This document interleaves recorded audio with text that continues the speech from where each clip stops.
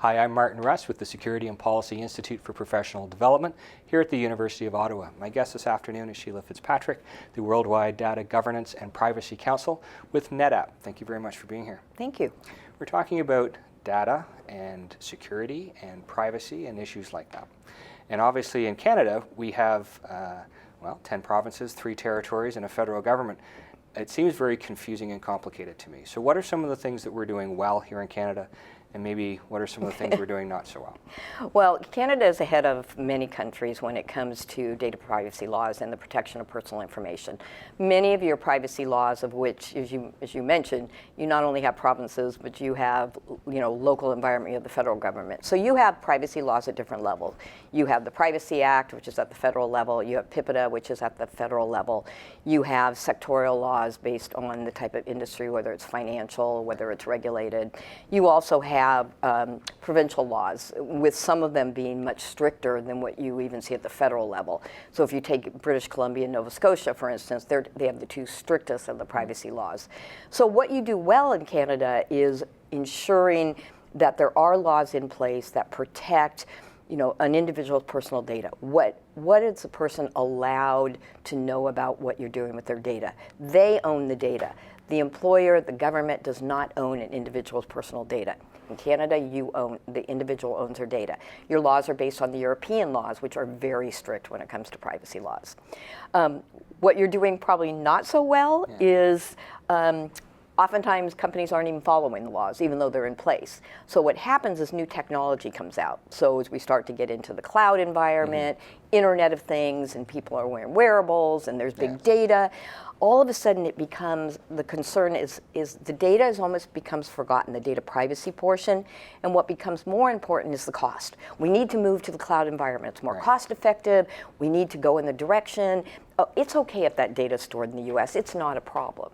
And the issue is it is a problem because you're violating your own laws when you're doing that.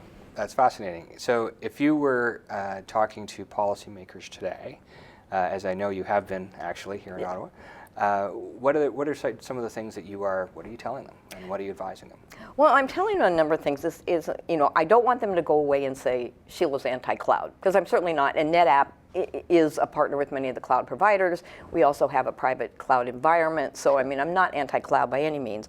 But I'm telling the policymakers that you need to do your homework. First and foremost, you need to classify your data. What data do you hold? You're not going to put the crown jewels in a private or a public cloud or a hybrid cloud that's shared with another environment. You're not going to put your crown jewels in an environment that's hosted by a third party. So you need to make decisions around what makes the most sense to move to the cloud, what doesn't make sense, what data do you need to secure and own and control versus what do you want to put into the hands of the third party.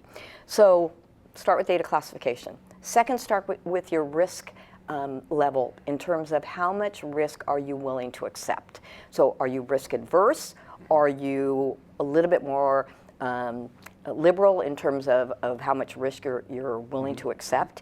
And then determine what do you want to put into a cloud environment, or what do you want to put into a shared service environment, or what do you want to have hosted by a third party where you're not actually having control of that data, where you're now turning that control over to another entity to control for you. So I tell them to make sure you're looking at all the various aspects. So what data classification, what's your risk profile, how much do you know about the third-party vendor that you're going to be working with? Have you asked all the right questions?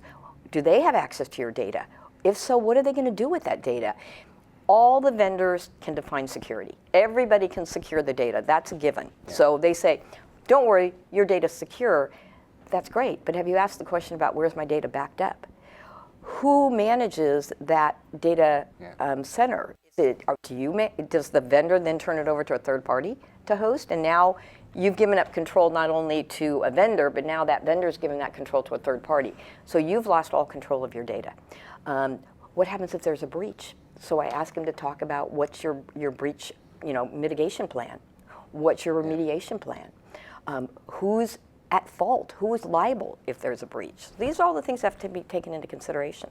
And certainly there are some very big lawsuits going on, as we know, with some major retailers in the States right now asking some of those very, very same poignant questions. Exactly. So thank you very much.